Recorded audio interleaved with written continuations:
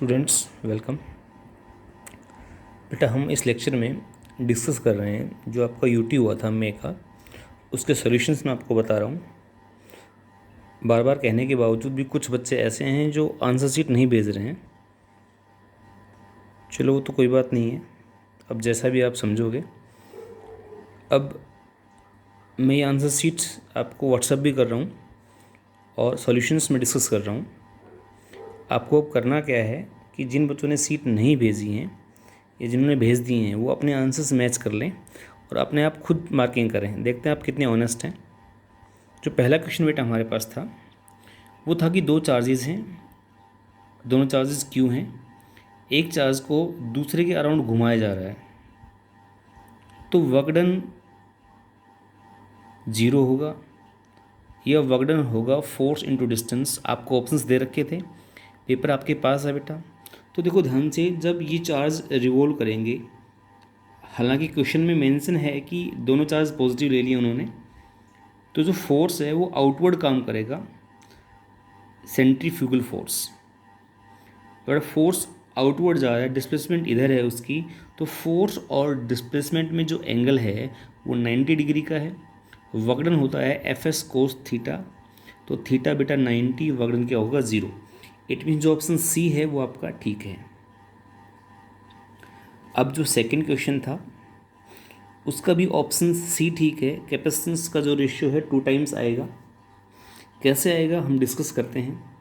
But जो capacity का formula है ये होता है 4 पाई एप्सिलॉन नॉट आर।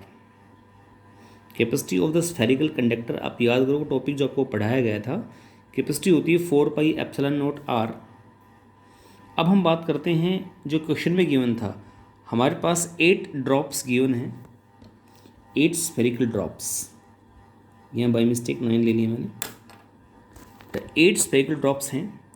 एक की कैपेसिटी मैंने मान ली 4 pi epsilon naught small R. मैंने क्या यूज़ किया यहाँ पे, जो स्मॉल आर है वो एक ड्रॉप की मैंने रेडियस यहाँ पे मानी हुई है। तो सिंगल ड्रॉप की कैपेसिटी तो बेटा आपके पास ये आएगी 4 पाई एप्सिलॉन नॉट आर।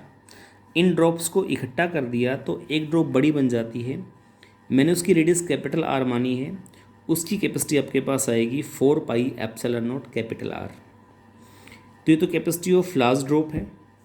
ये capacity of individual smaller drop है। हमें रेशियो निकालना है, तो रेशियो जो आपके पास आएगा उससे पहले हम स्मॉल आर और कैपिटल आर में रिलेशन फाइंड करते हैं बेटा। क्योंकि यहाँ पे 8 ड्रॉप्स हैं, उनको मिला के ड्रॉप 1 बनाई गई है। वॉल्यूम सेम रहेगी बेटा दोनों केस में, तो इस केस में हम वॉल्यूम यूज़ करेंगे 8 ड्रॉप्स की। Volume of the 8 drops is equal to आएगा volume of the single drop. 8 drop की वॉल्यूम और 1 ड्रॉप की वॉल्यूम बराबर है, तो वॉल्यूम का फॉर्मूला होता है 4/3 पाई आर क्यूब। एक छोटी ड्रॉप थी कितनी 8, इससे मल्टीप्लाई कर लिया। ये किसके बराबर है 4/3 पाई आर क्यूब। यहाँ कैपिटल आर बेटा बिगर ड्रॉप का है। 4/3 से 4/3 कैंसिल, पाई से pi cancel, 8 R cube equals to capital R cube. जब आप क्यूब रूट लोगे तो यहाँ से आपके पास आर इक्वल टू 2r आ जाएगा। आर इक्वल टू क्या आ जाएगा 2r। जब r इक्वल टू 2r आपके पास आ गया है तो अब आप रेशियो निकाल लें C2/C1, लार्ज ड्रॉप की capacity upon small drop capacity. C2 का फॉर्मूला है 4 pi epsilon naught capital R, C1 का है 4 pi epsilon naught small R. बेटा जो कैपिटल आर और स्मॉल आर में रिलेशन है वो है 2r, जो हमने डिस्कस थोड़ी देर पहले किया था। तो यहाँ मैंने वैल्यू पुट कर दी कैपिटल आर की, आर से आर कैंसिल, 4 पाई से 4 पाई और एप्सिलॉन नॉट से एप्सिलॉन नॉट। आपके पास क्या रह गया, ओनली 2 रह गया। तो आपके पास जो रेशियो है वो क्या आ गया C2 is equal to 2 times of C1। तो ऑप्शन आपके पास C is correct option. Question में नेक्स्ट जो हमारे पास आता है थर्ड क्वेश्चन, ऑप्शन बी उसका आपका ठीक है। ऑप्शन बी है L इक्वल्स टू 3/√ρ। रो क्या है यहाँ पे रेजिस्टिविटी। क्वेश्चन क्या था, क्वेश्चन बेटा ये था कि आपके पास कोई वायर है, उसका रेजिस्टेंस 3 ओम है। कहता है अगर उसकी जो लेंथ है, जो उसकी वॉल्यूम है वो भी 3 मीटर क्यूबिक हो तो उसकी लेंथ क्या होगी। ध्यान से सुने, रेजिस्टेंस तीनों में, उसकी वॉल्यूम भी कितनी दे रखी है हमें, 3 मीटर क्यूब दे रखी है। तो लेंथ फाइंड करनी है बेटा। अब रेजिस्टेंस का फॉर्मूला होता है ये वाला, R equals to rho L by ए।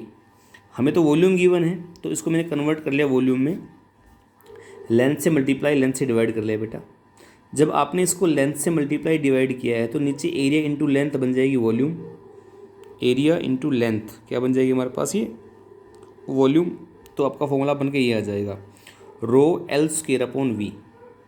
अब देखो वी आपको 3 गिवन है, रो तो हमें गिवन नहीं है, एल फाइंड करना है। तो हम अगर आगे चलें, रेजिस्टेंस 3 गिवन था, मैंने रेजिस्टेंस को 3 यूज़ कर लिया, आर इक्वल टू 3 गिवन था, रो नहीं पता, एल फाइंड करनी, वॉल्यूम भी 3 गिवन थी यहाँ पे, तो ये हमें वैल्यू पुट कर ली। 3 इंटू 3 क्रॉस मल्टीप्लाई करोगे, यहाँ से एल स्क्वायर कितना आ जाएगा, 9 upon rho, L square 9 upon rho आ गया। एल निकालना है, रूट निकाल दो, तो L equal to 3 upon root rho. ये आपके पास अगला पार्ट आ गया। मीन्स ऑप्शन जो बी था वो आपका ये था। तो 3rd नंबर क्वेश्चन का आंसर आपके पास ये आएगा। अब चलते हैं क्वेश्चन नंबर 4 की तरफ। तो क्वेश्चन नंबर जो 4 आपके पास है वो था कलर कोड वाला। कलर कोड वाले में पहला कलर वाइट था, अगला कलर ब्राउन था, फिर रेड, फिर सिल्वर। तो कलर कोड के लिए आपको मैंने सीक्वेंस समझा रखी है। वैसे भी वाइट के लिए 9 होता है, ब्राउन के लिए 1 होता है, रेड के लिए 2 और सिल्वर के लिए 10% की टॉलरेंस हमारे पास होती है। इतना कम या ज़्यादा, मीन्स 10% एरर की मैं बात कर रहा हूँ बेटा यहाँ पे। तो सीक्वेंस में जब लिखेंगे तो फर्स्ट 2 कलर एक साथ लिखे मैंने, 9 1। जो 3rd कलर था वो 10 की पावर में जाएगा, प्लस माइनस 10% टॉलरेंस बेटा।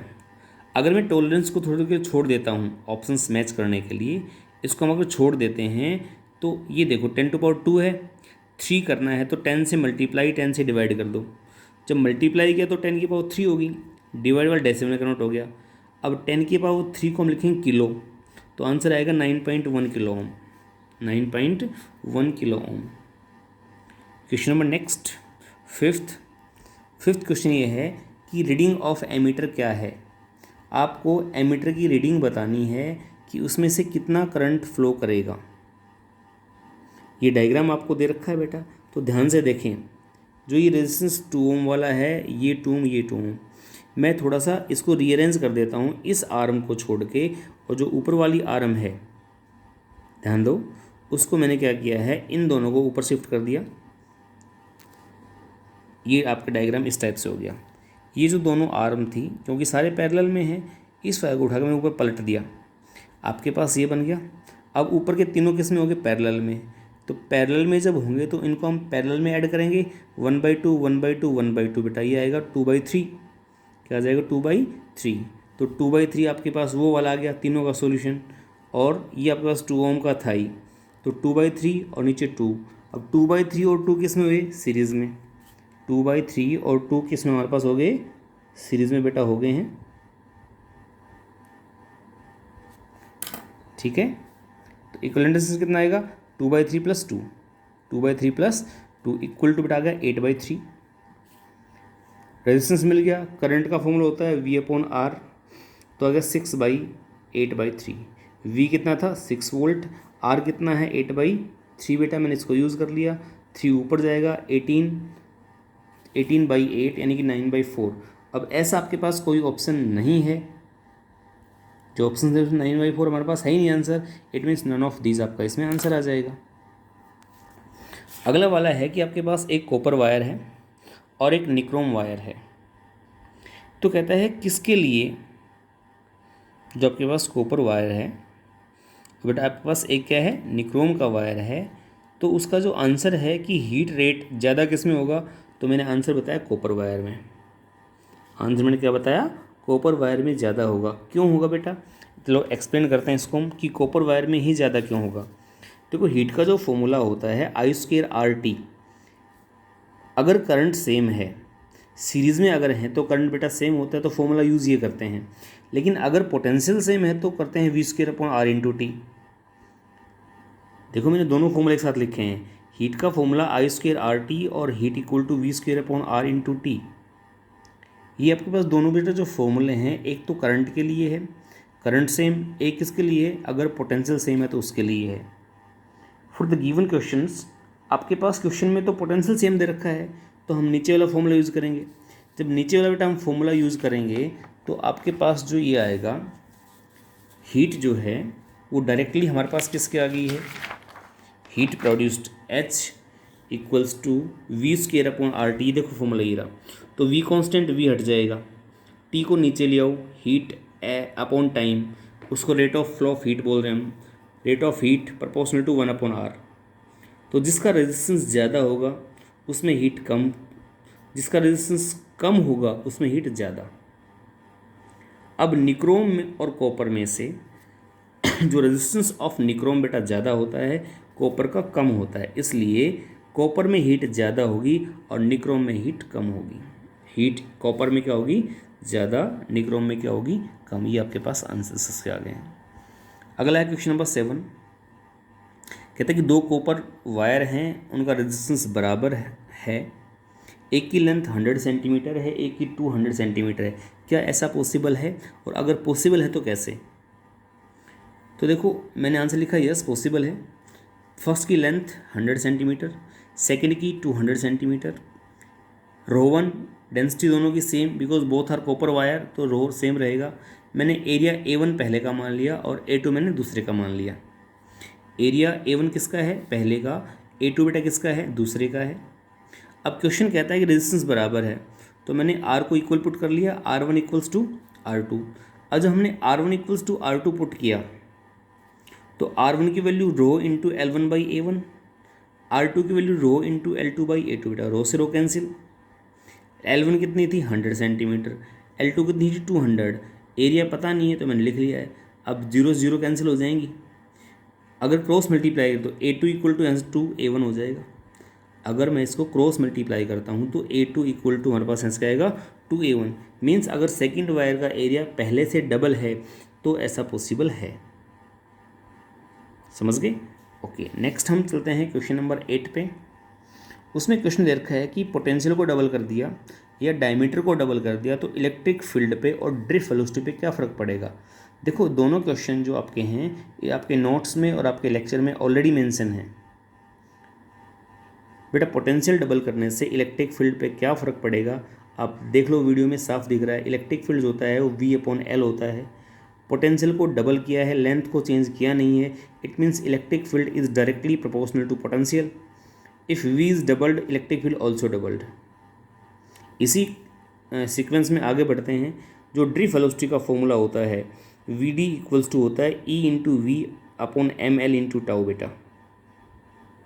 तो यहाँ पे भी Vd जो है पोटेंशियल के डायरेक्टली प्रोपोर्शनल है, तो पोटेंशियल डबल किया तो Vd भी क्या बेटा हो जाएगी, डबल। तो पहले केस जो आपका आंसर आएगा, पोटेंशियल डबल करने से electric field as well as drift velocity दोनों डबल हो गए। अगला पार्ट था कि आपने अगर डायमीटर को डबल किया है तो इलेक्ट्रिक फील्ड तो सेम रहेगा, बिकॉज वो डायमीटर पे डिपेंड करता नहीं है। लेकिन जो ड्रिफ्ट वेलोसिटी है Vd इज इक्वल्स टू होता है J/Ne। मैंने इसको यहाँ लिखा है करंट डेंसिटी की फॉर्म में बेटा, J/Ne Vd, J equals to होता है NeVd। ध्यान दो, नोट्स में आपको पढ़ा रखी सब बातें। तो Vd डायरेक्टली J के हो गया, और जो करंट डेंसिटी है वो एरिया के इन्वर्सली होती है। एरिया होता है πr²। अगर डायमीटर गिवन है तो πd²/4। बेटा 4 भी कांस्टेंट, पाई भी कांस्टेंट, और करंट तो हमने मान लिया ऑलरेडी है ही कांस्टेंट। तो जो एरिया की बातें हो रही हैं, तो जो करंट डेंसिटी है डायमीटर पे इन्वर्सली डिपेंड करती है, वो भी स्क्वायर के साथ। ये कहाँ से आया, मैं फिर रिपीट कर देता हूँ बेटा। ये जो आपके पास आया है ये आया है एरिया πr²। आर को मैंने d/2 पुट किया तो πd²/4 वहाँ से हमारे पास आया है। अगर अब आपने d को डबल किया तो 2 का स्क्वायर 4, करंट डेंसिटी भी और ड्रिफ्ट वेलोसिटी भी 1/4 टाइम्स हो जाएंगे। करंट डेंसिटी भी और ड्रिफ्ट वेलोसिटी भी 1/4 टाइम्स हो जाएंगे। ये था क्वेश्चन नंबर 8 आपका। अब बढ़ते हैं क्वेश्चन नंबर 9 की तरफ। बहुत आसान सा क्वेश्चन है बेटा, उसका आंसर आएगा 2C। 2C आंसर कैसे आया, let's have a look on the diagram. बेटा ये आपका डायग्राम है।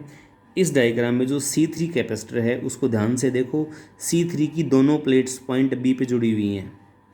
C3 की दोनों प्लेट्स पॉइंट B से सीधी जुड़ी हुई हैं। इट मीन्स दोनों का पोटेंशियल सेम हो गया, तो C3 जो कैपेसिटर है वो काम नहीं करेगा, उसको आप हटा सकते हो। आपके पास दो ही कैपेसिटर बच गए, C1 और C2, और वो किस में दिख रहे हैं आपको, पैरेलल में। पैरेलल में टोटल कैपेसिटी कैसे निकालते हैं, C1 प्लस C2, तो हमने दोनों को ऐड कर दिया C1 प्लस C2, तो आपका आंसर आ गया C plus C 2C। Question number 10, electric field का डायग्राम आपको दे रखा था। इलेक्ट्रिक फील्ड होता है minus delta we into distance बेटा।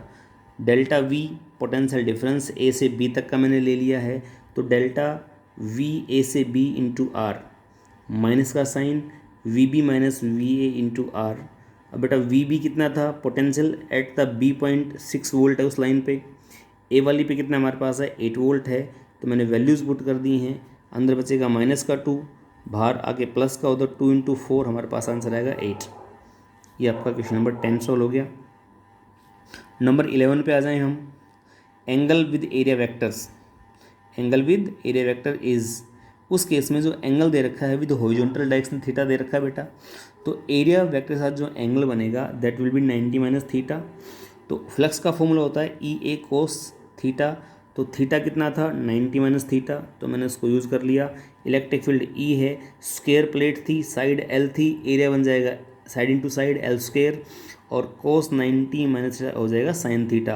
तो ये आपका फ्लक्स का आंसर आ गया 11th नंबर क्वेश्चन का। क्वेश्चन नंबर 12, क्वेश्चन है कि energy stored in the capacitor आपको बतानी है, तो उसके लिए नोट्स आपको दे दिए हैं, आपकी नोटबुक में भी ऑलरेडी है, ये लेक्चर में भी आपका है, तो खुद करना है। मैथमेटिकल बेटा आर्टिकल है, ये आर्टिकल्स नहीं करवाए जा रहे हैं। जो क्वेश्चंस थोड़े अलग थे वो सिर्फ वो सोल्व कराऊंगा मैं आप लोगों को। अगला 13 क्वेश्चन आपको ग्राफ दे रखा है, उस ग्राफ से आप लोगों को चार्ज निकालना है बेटा। तो देखो ग्राफ से हम चार्ज कैसे निकालते हैं, ग्राफ किसके बीच में है, करंट और टाइम के बीच में। तो करंट है वाई एक्सिस पे और टाइम किसके ऊपर है, एक्स एक्सिस पे।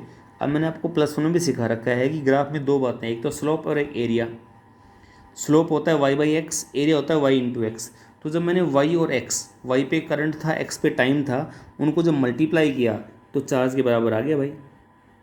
ये तो है y एक्सिस पे, ये किस पे, x पे मल्टीप्लाई किया equal to charge, it means area निकालना पड़ेगा भाई। मैंने कहा था कि y अपॉन एक्स तो स्लोप होती है, y इंटू एक्स हमारे पास एरिया, तो y इंटू एक्स करने से चार्ज आ रहा है, इट मीन्स आपको एरिया निकालना पड़ेगा equal to area under the graph. अब ग्राफ में एक ट्रायंगल बनती है, एक रेक्टेंगल बनती है। ट्रायंगल का फॉर्मूला होता है half into base into height, वो आप पेपर में देख लेना। और रेक्टेंगल होता है side in length into breadth बेटा आपके पास। तो 5 इंटू 5 उसमें स्क्वायर मान लो, रेक्टेंगल मान लो, कुछ भी मान लो। वो डायग्राम दिखने में रेक्टेंगल है, लेकिन अगर डाटा देखें तो स्क्वायर दिख रहा हमें, ठीक है। तो 1/2, 5 इंटू 5, ये बेस, ये हाइट हो गई, ये साइड इंटू साइड आपके पास 25, ये 12.5, ऐड करो 13.5 कूलम। क्वेश्चन नंबर 13 का आंसर आपके पास आ गया बेटा ये। अब क्वेश्चन नंबर 14 पे आते हैं। थोड़ा सा टिपिकल क्वेश्चन था 14, और अच्छा क्वेश्चन है, कॉन्सेप्ट अच्छा से क्लियर हो जाएगा बेटा। कहता है इन 3 सेलों को मिला के, 1, 2 और 3, इन तीनों को मिला के एक सेल बनेगी इक्विवेलेंट, उस सेल की ईएमएफ निकालनी कितनी आएगी। तो ध्यान से देखो पहले कि ये दोनों जो सेल्स हैं E2 और E3, ये दोनों सेल्स पैरेलल में हैं बेटा। तो अगर सेल्स पैरेलल में है तो आपके नोट्स में सब बातें मेंशन कर रखी है मैंने कि जब सेल्स पैरेलल में आएंगी तो आपको क्या करना है, ठीक है। उसका फॉर्मूला होता है E1 into R2 plus minus दोनों साइंस को, तो E2 इंटू R1, ठीक है। तो वो जो पैरेलल वाला फॉर्मूला है, grouping of cells in parallel to cells का है, नोटबुक में देख ले। ये सेल, इसका रेजिस्टेंस, उसके बाद प्लस माइनस साइन जो भी आएगा, ये सेल इंटू उसका रेजिस्टेंस क्रॉस में, ये आपका फॉर्मूला था मेन जो आपको पढ़ाया गया था। तो मैंने इनके दोनों पैरेलल में है तो लिख रहा हूँ E2 into R3 minus E3 into R2। अब माइनस साइन क्यों आया, order of cell is opposite, इसका इधर नेगेटिव है, इसका इधर पॉजिटिव बेटा। जब आपको नोट्स बताए थे लेक्चर में तब भी ऐसा समझाया गया था, इसका नेगेटिव इसका पॉजिटिव आ रहा है तो सेल्स का ऑर्डर अपोजिट है। अपोजिट हम साइन माइनस लेंगे, मैंने इसको बड़ी सेल माना है, 10 वोल्ट की है, तो मेन आपके पास ये आगे रखी है मैंने, इसका इससे मल्टीप्लाई किया, इसका इससे मल्टीप्लाई किया, तो आपके पास आ गया E2 R3 minus E3 R2 upon R2 plus R3। ऐसे ही दोनों पैरेलल में है, रेजिस्टेंस कितना आएगा, R2 R3 upon R2 plus R3, R2 R3 upon R2 plus R3 बेटा आपके पास ये आ जाएगा रेजिस्टेंस इक्विवेलेंट। अब वैल्यूज़ पुट कर लो, आपके पास सारी हैं 10 इंटू 2 20, इसके लिए 4 इंटू 2 8। तो मैंने डाटा पुट कर दिए हैं, आपके पास ये आंसर आ गया 3 वोल्ट और रेजिस्टेंस आ गया 1 ओम। मीन्स इन दोनों सेल्स को हटा के आप एक सेल लगा सकते हो जिसका वोल्टेज यानी ईएमएफ 3 वोल्ट यूज़ करनी है, इंटरनल 1 ओम बेटा यूज़ करना है। तो डायग्राम आपका दोबारा मॉडिफाई हो गया। ये सेल तो थी पहले वाली इधर और ये आपको इधर है, उन दोनों को सोल्व कर मैंने यहाँ लिख लिया। इधर नेगेटिव साइन क्यों लिया देखो ध्यान से, पहले इसमें नेगेटिव पॉइंट क्यों लिया है, क्योंकि जो सेल आपकी बड़ी है मैं उसको यूज़ कर रहा हूँ। इसमें पहले नेगेटिव है तो बेटा यहाँ हमारे पास नेगेटिव ही आएगा। अब इनका ऑर्डर फिर अपोजिट हो गया, देखो दोनों का नेगेटिव जोड़ दिया हमने। ऑर्डर सेम कब होता है, एक का पॉजिटिव एक का नेगेटिव, इसका भी नेगेटिव इसका भी नेगेटिव, ऑर्डर हो गया अपोजिट। तो अपोजिट में माइनस साइन लगेगा, सीरीज़ में है तो ईएमएफ आएगी 6 - 3 6 वोल्ट और 3 वोल्ट डिफरेंस निकाल दो, 3 वोल्ट बच गया। रेजिस्टेंस सीधा ऐड हो जाएगा 1 + 1 2 ओम 2 ओम। तो जो सेल तीनों को मिला के एक सेल बनेगी उसके डाटा आपके पास ये होंगे। उसकी ईएमएफ होगी 3 वोल्ट, उसका रेजिस्टेंस इंटरनल होगा 1 ओम बेटा। ये क्वेश्चन नंबर 14 का सॉल्यूशन है। देखो अगर आपको फिर भी डाउट है मेरे से दोबारा पूछ सकते हो, हालांकि टॉपिक डिस्कस कर चुका हूँ इसलिए मैं थोड़ा स्पीडली पढ़ा रहा हूँ। क्वेश्चन नंबर 15 मीटर ब्रिज का है, विष्णु ब्रिज प्रिंसिपल का है, नोटबुक में है, लेक्चर नंबर 15 के अंदर है, लेटेस्ट पढ़ाया गया था। Question number 16 torque on the dipole वाला टॉपिक है बेटा, ये भी पढ़ा रखा है आपको पहले ऑलरेडी, तब स्कूल ओपन थे, लॉकडाउन से पहले पढ़ाया था आप लोगों को बेटा। नंबर 17 जो आपके पास है वो लेक्चर नंबर 2 में है, वो अभी जो बात हुई थी पीछे, रो का फॉर्मूला निकालना है करंट डेंसिटी की फॉर्म में। तो lecture number 2 for current electricity, उस लेक्चर में ओम्स लॉ के बाद पढ़ा रखा है, नोट्स चेक कर लें। आर्टिकल्स हैं ये, आर्टिकल्स आपको नहीं बताऊंगा मैं। अगला क्वेश्चन है कि आपको एक वायर दे दिया ये वाला, उस वायर की लीनियर चार्ज डेंसिटी लैम्डा है, सिलेंडर के अंदर रखा हुआ है, तो फ्लक्स निकालना है बेटा। अब देखो चार्ज अगर मैं पॉजिटिव मानूँ तो फील्ड तो ऊपर जाएगा। अब इस वाला जो क्रॉस सेक्शंस हैं उन क्रॉस सेक्शंस पे एंगल 90 डिग्री का बन रहा है, तो क्रॉस सेक्शन का फ्लक्स तो बनेगा नहीं, सिर्फ किसका बनेगा, कर्व्ड सरफेस का। अब वहाँ पे इलेक्ट्रिक फील्ड कितना होगा, तो सिंगल वायर का आपने ऑलरेडी पढ़ रखा है, गोज लॉ की एप्लीकेशंस पढ़ा रखी हैं आप लोगों को। Electric field equal to λ/2πε0r होता है, 2πε0r। Electric field due to the line charge बेटा हमने ये पढ़ रखा है ऑलरेडी। इलेक्ट्रिक फील्ड ये हो गया, सिर्फ कौन सा एरिया फ्लक्स बनाएगा, कर्व्ड सरफेस, क्रॉस सेक्शंस नहीं बनाएंगे, तो कर्व्ड सरफेस एरिया से मल्टीप्लाई कर दिया। फ्लक्स का formula E × A × cos theta, E की वैल्यू λ/2πε0r और एरिया होता है 2πr/h, आप सब ने पढ़ रखा है 2πr, इसको मान लेता हूँ मैं, ठीक है। थीटा आपका 0, इन दो देखो थीटा कितना है 0 डिग्री का है, दोनों पैरेलल हैं, तो cos 0 1 हो जाएगा बेटा। अब जो कट जाएगा बाकी आपका आंसर आ जाएगा, phi = λ/L/ε0। Question number next 19, जो बेटा 19 नंबर क्वेश्चन आपके पास है वो पोटेंशियोमीटर का है, लेटेस्ट पढ़ाया था, लेक्चर नंबर 16 में है, मैंने कहा था कि इंपॉर्टेंट टॉपिक है, ठीक है। क्वेश्चन नंबर 19 का जो पार्ट बी है वो यूजिंग किरचॉफ्स लॉ आपको अप्लाई करना है। इसमें मैंने सारा किरचॉफ्स लॉ लगा दिया है, कहाँ से कहाँ तक, लूप कौन कौन सी ली हैं ये सब बता रखा है, प्लस कब लेंगे और माइनस कब लेंगे, इसको हमने सोल्व किया। इक्वेशन फर्स्ट ये बनेगी, अच्छे से देख लें वीडियो में। लूप मैंने ली है ए से बी, जब ए से बी जाओगे करंट वापस आ रहा है तो प्लस का साइन आएगा 200i1। बी से जब आप डी जाओगे करंट फिर अपोजिट है तो 20i3 आएगा, और जब डी से ए जाओगे तो हायर टू लोअर पोटेंशियल तो माइनस का 5 = 0 आएगा। इक्वेशन i3 की वैल्यू पुट कर लेना, i3 किसके बराबर है, i1 + i2, इक्वेशन मॉडिफाई करके ये आ जाएगा। अब सेकंड जो मैंने लूप अप्लाई की है B D C B, B से डी, जब बी से डी आए तो करंट अपोजिट जा रहा है तो प्लस का 20i3, यहाँ से यहाँ हो गए तो higher to lower potential minus का 4 आएगा, और यहाँ भी करंट अपोजिट है प्लस का 60i2 आएगा, ठीक है। i3 की वैल्यू पुट कर दो, रीअरेंज कर लो, इक्वेशन पास ये आएगी। दोनों इक्वेशंस को x और y की फॉर्म में जैसे समझा रखा है सोल्व कर लेंगे। सोल्व करने के बाद जो आपके पास i1 और i2 की वैल्यूज़ हमारे पास बेटा आएंगी, वो वैल्यू हमारे पास इस टाइप से हैं। हमारे पास ये वैल्यू आ गई i1 और i2 की। i1 आपके पास ये आ गया, इसकी वैल्यू सेकंड में यूज़ कर दो, सोल्व कर दिया मैंने। i2 आपके पास सोल्व करने के बाद ये आएगा, I1 आ गया आपके पास बेटा, I2 आ गया, I1 I2 को ऐड कर दो, आपके पास I3 आ जाएगा। तो जो 220 ओम रेजिस्टेंस है उसमें से करंट I3 फ्लो कर रहा था, यही आपको फाइंड करना है कि find the current flowing through the resistance 20 ohm, वो I3 है, आपका आंसर ये आएगा। ठीक है, आई होप सब बच्चों ने अच्छे से समझ में आ गया होगा। फिर भी कोई डाउट है, डाउट्स आर मोस्ट वेलकम, लेकिन नोटिस किया है सिर्फ 2 या 3 बच्चे डाउट लेते हैं। देखो डाउट्स बेटा ले लो, अभी टाइम है, जब स्कूल लगेंगे तो काफ़ी लेट हो जाएगा, सिलेबस बहुत लेंदी है, इसलिए डाउट्स में आपको प्रॉब्लम भी आएंगी। फिर सिलेबस भी आगे चलाना है, टाइम नहीं मिलने वाला है, सब टीचर्स लेक्चर मांग के चलेंगे, कोई लेक्चर्स आपका फ्री नहीं होने वाला है। ठीक है, इनकी फ़ोटो आपके पास मैं भी भेज रहा हूँ। तो अब फिर मैं आपसे एक बार एडवाइस, भाई रिक्वेस्ट मान लो, कुछ भी मान लो, जिन बच्चों ने आंसर्स नहीं भेजे हैं अपने आंसर्स मैच करके खुद अपने मार्क्स मेरे पास भेजे। हर बच्चा जिसने भेज दिए हैं आंसर्स वो भी, और नहीं भेजे हैं वो भी, सब बच्चे अपने आंसर्स खुद चेक करके और मेरे पास भेजें। पर्सनल नंबर पे बेटा व्हाट्सअप कर दें। ठीक है, थैंक यू वेरी मच।